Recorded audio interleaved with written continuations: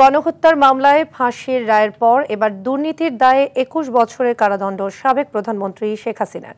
রাজুকের plot দুর্নীতির ৩ মামলায় বৃহস্পতিবার তাকে এ দণ্ড দেয় আদালত।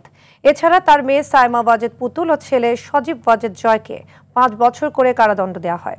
সরকার প্রধান হয়ে এমন জালিয়াতিকে রাষ্ট্রের সঙ্গে বিশ্বাসঘাতকতা বলে মন্তব্য করেন বিচারক। এই রায়ের মাধ্যমে এমন দুর্নীতি ভবিষ্যতে বন্ধ হবে প্রত্যাশা দুদকের আইনজীবীদের। খান আলমিনের রিপোর্টে দেখুন বিস্তারিত।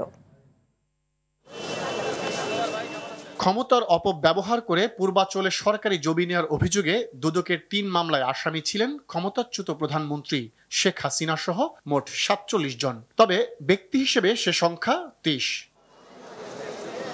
বৃহস্পতিবার এসব মামলার রায় দেন ঢাকার পঞ্চম বিশেষ জজ মোহাম্মদ আবদুল্লাহ আল মামুন। ৭ বছর করে ২১ বছরের সাজা হয়েছে এবং ১ লাখ টাকা করে জরিমানা করে ৩ লাখ টাকা জরিমানা হয়েছে এবং অনাদায়ে ৬ মাস কারাদণ্ড, সেটা ১৮ মাস হয়েছে। এই রায় পড়ার সময় বিচারক পর্যবেক্ষণে বলেন, ভুয়া হলফনামা জমা দেন শেখ হাসিনা।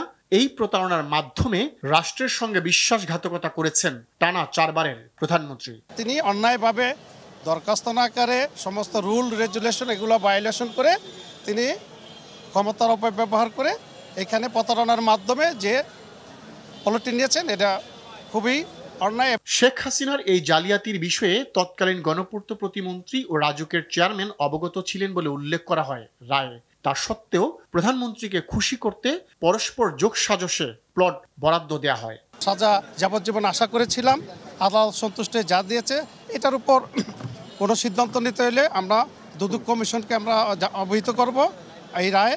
সেই রায়ের নিয়ে দুদক কমিশন যে সিদ্ধান্ত দেয় সেই সিদ্ধান্তের ফলে আমরা পরবর্তী কার্যক্রম গ্রহণ করব। পরে অন্য আসামিদেরও বিভিন্ন মেয়াদের সাজা ঘোষণা করেন বিচারক। অবশ্য বেকসুর খালাস পান গণপূর্তের প্রশাসনিক কর্মকর্তা সাইফুল ইসলাম সরকার। এমন দুর্নীতি ঠেকাতে রাজুকের নীতিমালা সংস্কার ও দুর্নীতির তথ্য প্রকাশের জন্য সুপারিশ করেন বিচারক। খান আলামিন, RTV, ঢাকা।